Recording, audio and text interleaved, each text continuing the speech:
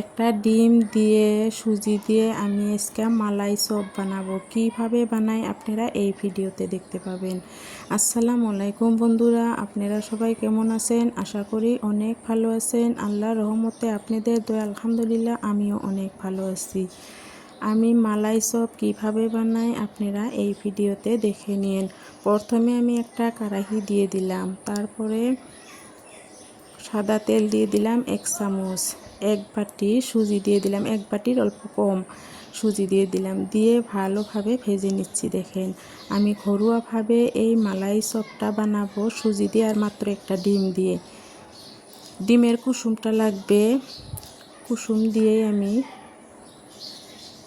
এই মালাই চপটা কুসুম আর সুজি দিয়ে বানাবো। স্বাদ মতো লবণ দিয়ে দিলাম, স্বাদ মতো চিনি দিয়ে দিলাম।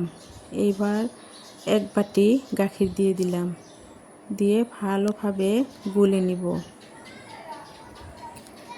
গুলে নিয়ে এইবার আমি কড়াইত ঢেলে দিব। কড়াইত দিয়ে আমি একটা ডো আকারের বানাবো। অনবরত লাড়তে থাকতে হবে, তলে লেগে ধরবে, সেই জন্য অনবরত লাড়তে হবে। এরকম করে লেড়ে লেড়ে একটা ডো আকার বানিয়ে নিতে হবে। দেখেন কি সুন্দর আমি একটা ডো বানিয়ে নিলাম। এবার অল্প ঠান্ডা হওয়ার পরে হাত দিয়ে ভালোভাবে মাখাইয়া নিতে হবে। গুঁড়া দুধ দিয়ে অল্প অল্প গুঁড়া দুধ দিয়ে ভালোভাবে মাখাইয়া নিতে হবে। বাচ্চাদেরকে এইভাবে বানিয়ে দিবেন, অনেক পছন্দ করে বাচ্চারা।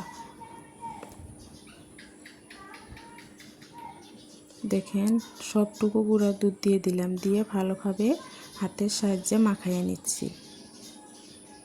মাখানো দেখেন হয়ে গেছে, কি সুন্দর হয়েছে।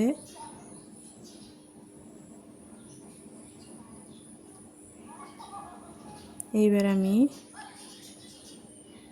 চপের শেপ করে দিব, গোল গোল করে শেপটা করে দিব।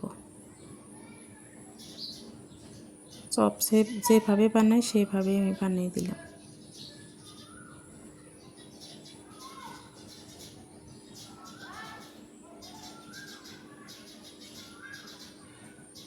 একে একে সবগুলোই আমি বানিয়ে নিলাম। বানানো আমার হয়ে গেল। এবার আমি হালকাভাবে ভেজে নিব। তেলে হালকা করে ভেজে নিতে হবে, বেশি কড়া করে ভাজলে গাখির ভিতরে যাবে না।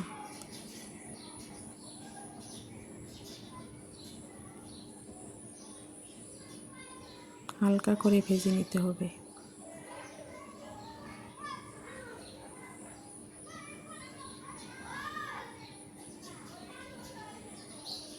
দেখেন আমি যেভাবে ভেজে নিচ্ছি ঠিক এইভাবেই ভেজে নিতে হবে, এর থেকে বেশি ভাজতে হবে না। দেখেন সবগুলো আমি ভেজে নিলাম। এবার আমি একটা কড়াই দিয়ে দিলাম, 1 চামচ চিনি দিয়ে এবার ক্যারামেল বানিয়ে নিব।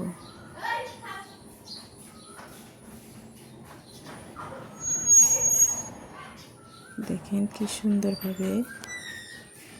সুন্দরভাবে আমি ক্যারামেলটা বানিয়ে নিলাম। এইবার আমি গাখিরগুলো ঢেলে দিলাম।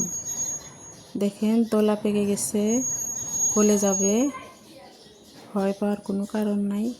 তারপরে স্বাদ মতো আরও চিনি দিয়ে দিলাম, দিয়ে ভালোভাবে গাখিরটা আমি জাল করে নিব। 2টা এলাচ দিয়ে দিলাম।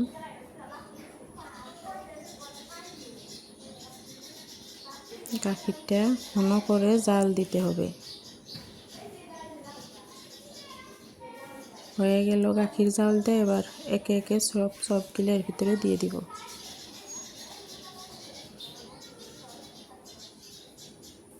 আশা করি আপনাদের ভিডিওটা ভালো লাগবে। যদি ভালো লাগে লাইক কমেন্ট শেয়ার করেন, সাবস্ক্রাইব করে দিয়েন, নতুন বন্ধু হয়ে সাথেই থাকেন।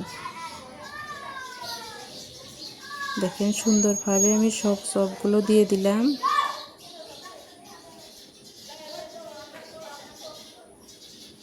অল্প ঢেকে দিলাম। দেখেন হয়ে গেল, কত সুন্দরভাবে আমি বানিয়ে নিলাম। এবার রেস্টে 2 ঘন্টা রেখে দিতে হবে। লাহে লাহে ওর ভিতরে সব রসগুলা ঢুকে পড়বে।